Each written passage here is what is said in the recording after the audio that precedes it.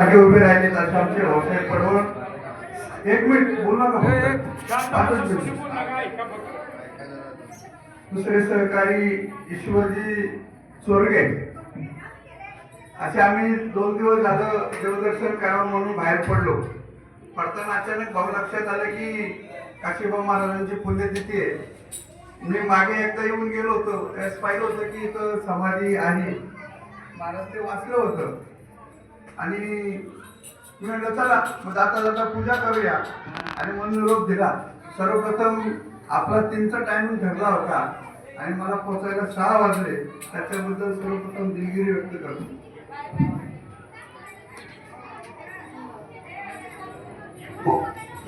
तर आपण सगळं या कार्यक्रमाला उपस्थित असलेले माझे सहकारी राष्ट्रीय सरचिटणीस रंगनाथ गुरव, प्रदेश कार्यकारी अध्यक्ष दत्तात्रय उर्फ गुंडू गुरव, की जे कायम तळमळीने दिलीप भाऊ काम करत असतात. जे काही महाराष्ट्रातले तरुण होतकरू उभे आहेत, आपला गुंडू हा कायम माझ्या मागं गेली संघटना काढल्यापासून खंबीरपणे उभा आहे. सगळ्याच गोपाळपूरवाल्यांनी मला कायम या ठिकाणी आल्यानंतर प्रेम दिलं, माझं आदरातिथ्य केलं.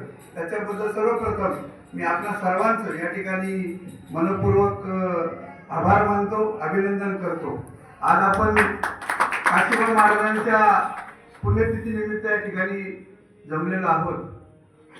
आपला कार्यक्रम ऍक्च्युली नंतर असतो, पण दिलीप भाऊला आणि गुंडू भाऊला मी विनंती केली की आम्ही येतोय पंढरीच्या दर्शनाला, तर आपण 2 मिनिटं पूजा अर्चा करू आणि आरती करू. म्हणून आम्ही या ठिकाणी अचानक आलो आणि हा अचानक कार्यक्रम ठरला. त्याच्यामुळं काहींनी त्याच्यामध्ये गैरसमज करू नये, नाव असतील काय असतील. हा कार्यक्रम काय सगळे पूर्वनियोजित कार्यक्रम नव्हता. त्याच्यामुळं छोटेखानी हा कार्यक्रम आपण या ठिकाणी आयोजित केला.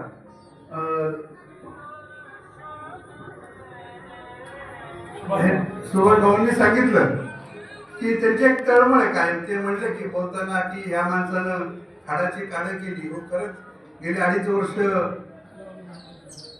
डायलिसिस वरती गेलेला हा कार्यकर्ता आज पुन्हा एकदा मला वाटतंय देवाचा आशीर्वाद आहे भाऊ, की देवालाही सुद्धा वाटतं असावं की मला असं वाटलं की 4-5 वेळा मी मृत्यूच्या दारात गेलो आणि देवाने परत पाठवलं.